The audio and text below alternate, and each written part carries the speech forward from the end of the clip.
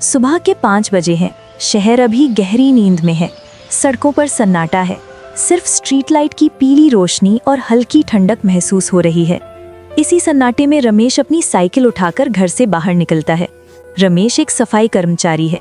जब ज्यादातर लोग दिन की शुरुआत भी नहीं करते, तब रमेश का दिन शुरू हो चुका होता है। घर छोटा है, लेकिन जिम्मेदारियां बड़ी। पत्नी ने जल्दी से चाय दी और कहा, ध्यान रखना, बच्चा अभी सो रहा है। रमेश उसके माथे पर हल्के से हाथ फेरता है और मन ही मन सोचता है कि उसका बच्चा पढ़ लिख कर एक बेहतर जिंदगी जिए।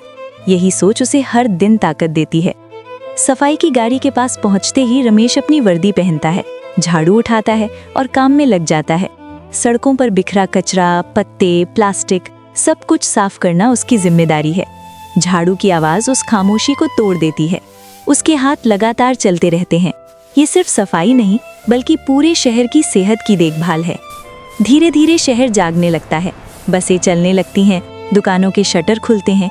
कुछ लोग रमेश को देखते तक नहीं, जैसे वो वहाँ मौजूद ही ना हो। कोई गाड़ी तेजी से निकल जाती है, धूल उड़ती है। कभी कभी लोग बिना रुके कचरा सड़क पर फेंक देते हैं। रमेश कुछ नहीं कहता, बस चुपचाप उसे उठा लेता है।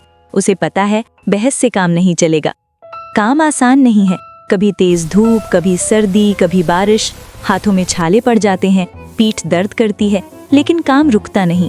सुरक्षा के साधन हमेशा पूरे नहीं होते, फिर भी रमेश सावधानी से काम करता है। उसे अपनी और दूसरों की सेहत दोनों की चिंता रहती है। दोपहर के समय थोड़ी देर की चाय ब्रेक मिलती है। पास की दुकान से गर्म चाय का एक कप, यही उसकी छोटी सी राहत है।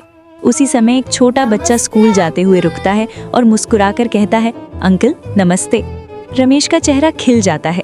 उस एक शब्द में उसे पूरा सम्मान महसूस होता है। वो सोचता है, काश हर कोई इतना ही समझदार हो। दोपहर की धूप तेज हो जाती है, पसीना चेहरे से बहता है, लेकिन रमेश काम करता रहता है। कभी नालियों की सफाई, कभी कूड़ेदान खाली करना, बदबू, गंदगी, सब कुछ सहना पड़ता है। फिर भी वो जानता है कि अगर वो और उसके जैसे लोग अपना काम ना करें तो शहर का हाल क्या होगा।